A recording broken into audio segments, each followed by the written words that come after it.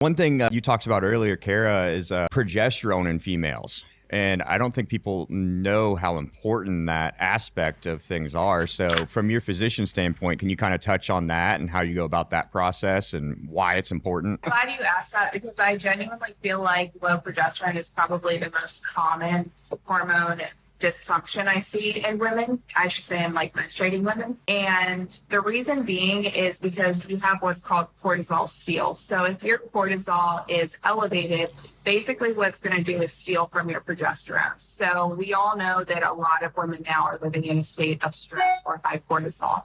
And progesterone is probably like the least sexy hormone. Like obviously, you hear about testosterone, the benefits of that. You hear of estrogen, the benefits of that. We don't really hear too much about progesterone, but I do feel like that is probably one of the biggest issues.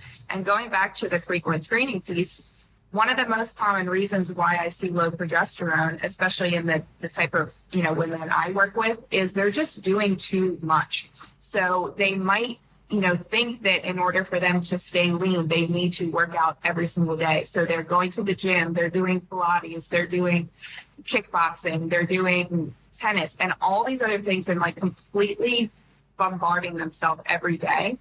And I always tell people you have one stress bucket.